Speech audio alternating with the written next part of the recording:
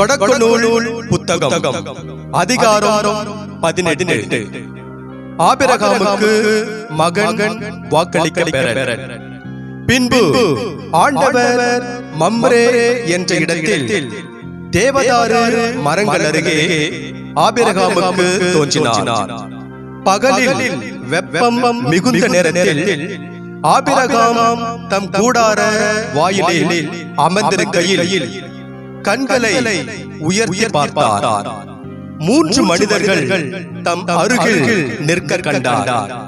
அவர்களை கண்டவுடன் அவர்களை சந்திக்க கூடார வாயிலை விட்டு ஓடினார்.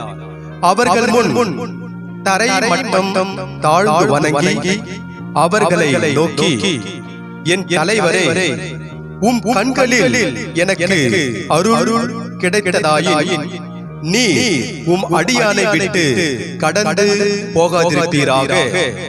இதோ விரைவில் கொஞ்சம் தண்ணீர் கொண்டு வரட்டும்.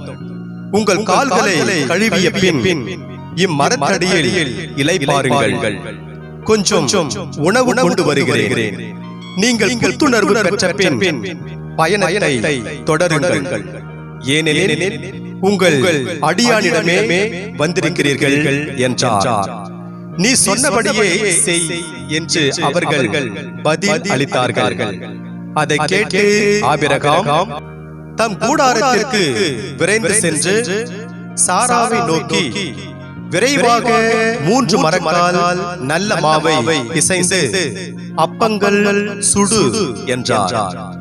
ஆபிரகாம் மாட்டு மந்தைக்கு ஓடி சென்று ஒரு நல்ல இளங்கன்றை கொணர்ந்து வேலைக்காரனிடம் கொடுக்க அவன் அதனை விரைவில் சமைத்தான். பிறகு அவன் வெண்ணெய், பால், சமைத்த இளங்கன்று ஆகியவற்றை கொண்டு வந்து அவர்கள் முன் வைத்தார். அவர்கள் உண்ணும் பொழுது அவர்கள் அருகே மரத்தடியில் நின்று கொண்டிருந்தார். பின்பு அவர்கள் அவரை நோக்கி, உன் மனைவி சாரா எங்கே என்று கேட்க, அவர் அது கூடாரத்தில் இருக்கிறார் என்று பதில் கூறினார். அப்பொழுது ஆண்டவர், நான் இளவேநீர் காலத்தில் உறுதியாக மீண்டும் உன்னிடம் வருவேன். அப்பொழுது உன் மனைவி சாராவுக்கு ஒரு மகன் பிறந்திருப்பான் என்றார். அவருக்கு பின்புறத்தில் கூடார வாயிலில் சாரா இதை கேட்டுக் கொண்டிருந்தார். ஆபிரகாமும் சாராவும் வயது முதிர்ந்தவர்களாய் இருந்தனர். சாராவுக்கு மாதவிடாய் நின்று போயிருந்தது. எனவே சாரா நமக்குள் சிரித்து, நானோ கிழவி, என் தலைவரோ வயது முதிர்ந்தவர், எனக்கு இன்பம் என்றார். அப்போது ஆண்டவர் ஆபிரகாமை நோக்கி, நான் வயது முதிர்ந்தவர்களாய் இருக்க எனக்கு உண்மையில் பிள்ளை பிறக்குமா என்று சொல்லி சாரா ஏன் இப்படி சிரித்தாள்? ஆண்டவரால் ஆகாதது எதுவும் உண்டோ? இளவேநீர் காலத்தில் குறிப்பிட்ட நேரத்தில் நான் உன்னிடம் வருவேன்.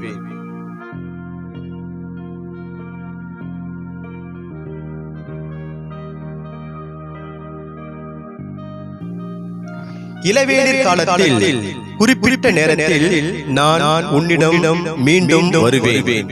அப்பொழுது சாராவுக்கு ஒரு மகன் பிறந்திருப்பான் என்று சொன்னார். சாராவோ, நான் சிரிக்கவில்லை என்று சொல்லி மறுத்தார். ஏனெனில் அச்சம் அவரை ஆட்கொண்டது. அதற்கு ஆண்டவர், இல்லை, நீ சிரித்தாய் என்றார். சோதோமுக்காக ஆபிரகாம் மன்றாடல். அந்த மனிதர்கள் எழுந்து அவ்விடம் விட்டு சோதோமை நோக்கி சென்றார்கள். ஆபிரகாமும் உடன் சென்று அவர்களை வழி அனுப்பினார். அப்பொழுது ஆண்டவர், நான் செய்யவிருப்பதை ஆபிரகாமிடமிருந்து மறைப்பேனா?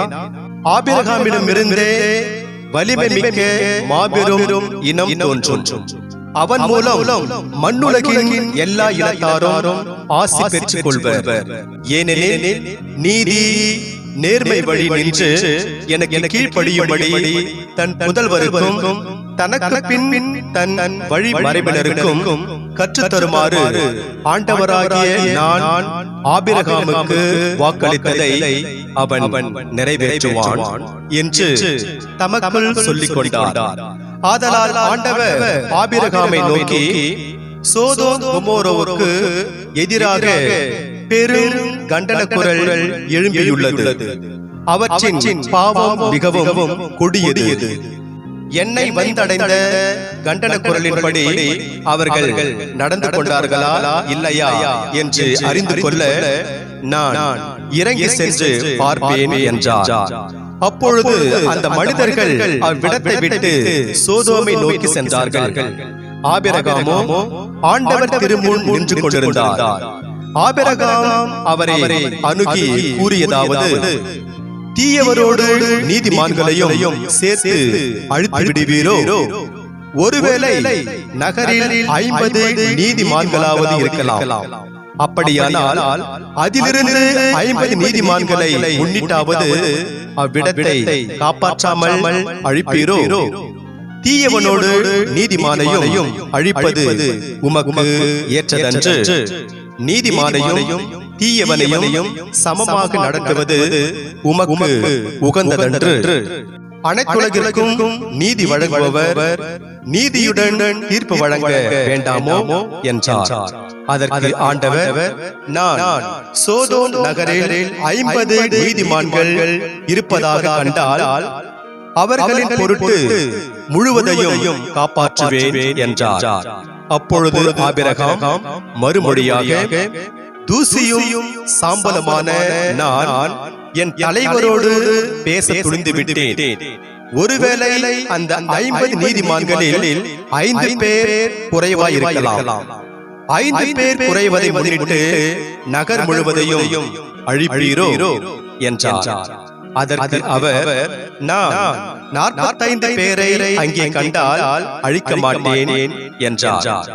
மீண்டும் அவர் உரையாடலை தொடர்ந்து, ஒருவேளை அங்கே 40 பேர் மட்டும் காணப்பட்டால் என்ன செய்வீர் என்று கேட்க, ஆண்டவர் 40 நீதிமான்களின் பொருட்டு அதனை அழிக்க மாட்டேன் என்றார். அப்பொழுது ஆபிரகாம், என் தலைவரே, நான் இன்னும் பேச வேண்டும், சினமடைய வேண்டாம். ஒருவேளை அங்கே 30 பேரே காணப்பட்டால் என அவரும் 30 பேர் அங்கே காணப்பட்டால் அழிக்க மாட்டேன் என்று பதிலளித்தார். அவர், என் தலைவரே, உம்மோடு அடியேன் பேச துணிந்து விட்டேன். ஒருவேளை அங்கு 20 பேரே காணப்பட்டால் என அதற்கு அவர், 20 பேரை முன்னிட்டு நான் அழிக்க மாட்டேன் என்றார். அதற்கு அவர், என் தலைவரே, சினமடைய வேண்டாம், இன்னும் ஒரே ஒரு தடவை மட்டும் என்னை பேசவிடும். ஒருவேளை அங்கு 10 பேர் மட்டும் காணப்பட்டால் என்று அவர் அந்த 10 பேரை முன்னிட்டு அழிக்க மாட்டேன் என்றார். ஆபிரகாமோடு பேசி முடித்த பின் ஆண்டவர் அவரை விட்டு சென்றார். ஆபிரகாமும் தம் இடத்திற்கு திரும்பி சென்றார்.